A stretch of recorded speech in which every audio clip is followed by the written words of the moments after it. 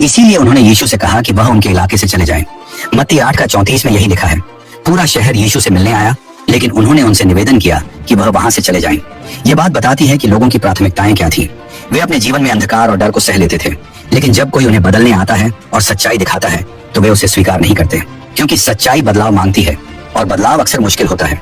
लोग पाप के साथ इतने घुल मिल जाते हैं कि वे सोचते हैं कि यही सामान्य है, लेकिन जब यीशु उस पाप को छूते हैं और उसे हटाते हैं तो लोग डर जाते हैं।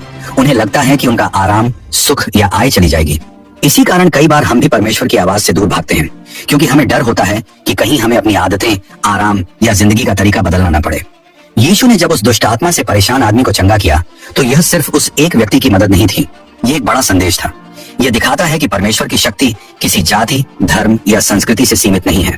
वह चाहे जहां भी हो, जब कोई उसकी ओर मुड़ता है वह वहां पहुंच जाता है। यीशु ने यह दिखा दिया कि उनका काम सिर्फ यहूदियों तक सीमित नहीं, बल्कि सब लोगों के लिए है। शास्त्र में बार बार यह बताया गया है कि जो लोग आत्मिक रूप से देख नहीं सकते वे सच्चाई को नहीं पहचानते, और जब वे देखते भी हैं तो सच्चाई को ठुकरा देते हैं। यही हुआ गदरेनियों के साथ। उन्होंने देखा कि कैसे दो हिंसक लोग जो सबके लिए खतरा थे अब पूरी तरह शांत हो गए हैं, लेकिन फिर भी उन्होंने यीशु को स्वीकार नहीं किया। मत्ती 6:24 में यीशु ने कहा था कि कोई भी दो मालिकों की सेवा नहीं कर सकता। तुम या तो परमेश्वर की सेवा करोगे या धन की। यही बात यहाँ साफ दिखाई देती है। लोगों ने परमेश्वर के पुत्र को इसलिए ठुकरा दिया क्योंकि उन्हें अपने धन की ज्यादा चिंता थी। उन्होंने अपने आर्थिक नुकसान को अपने आत्मिक भले से ऊपर रखा। ये दिखाता है कि मनुष्य का दिल कैसे काम करता है। जहाँ लाभ नहीं होता वहाँ सच्चाई भी बेकार लगती है। रोमियो 12:2 में पौल कहता है कि इस संसार के सदृश न बनो, परंतु तुम्हारी बुद्धि के नए हो जाने से तुम्हारा चाल चलन भी बदलता जाए, जिससे तुम परमेश्वर की भली और भाववती और सिद्ध इच्छा अनुभव से मालूम करते रहो।